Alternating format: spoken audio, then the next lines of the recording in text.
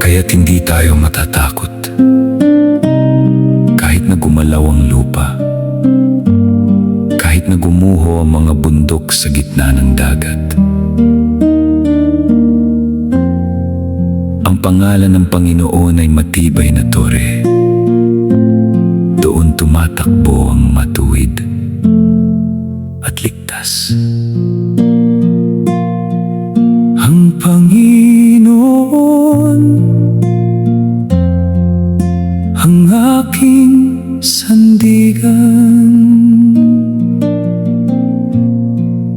Sa bawat pagsubok na aking nararanasan, sa oras ng takot at labis na kalungkutan, hindi ako matitinag, hindi matatakot, dahil ang Diyos ay laging nasa aking tabi.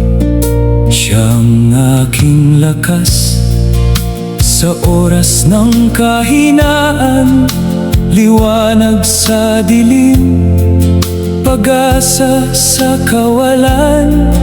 Kahit anong bagyo ang dumaan sa buhay, ang kanyang pagmamahal ay hindi magbabago.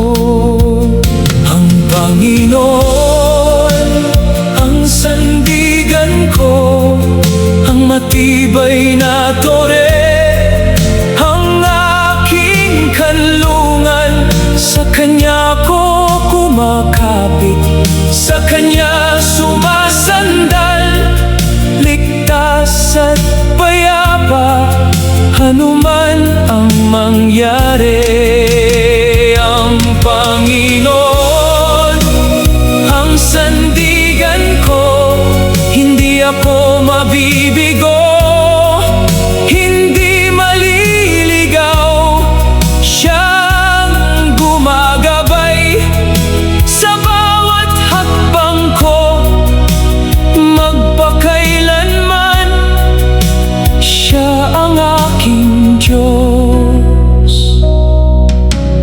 Minsan ang daan ay mahirap at masalimuot, minsan ang pasanin ay tila di makayanan, ngunit ipinapaalala niya, huwag kang matakot, ako'y kasama mo, hindi kita iiwan. Kaya't itinataas ko ang aking panalangin, ipinagkakatiwala ang buhay sa Kanyang kamay.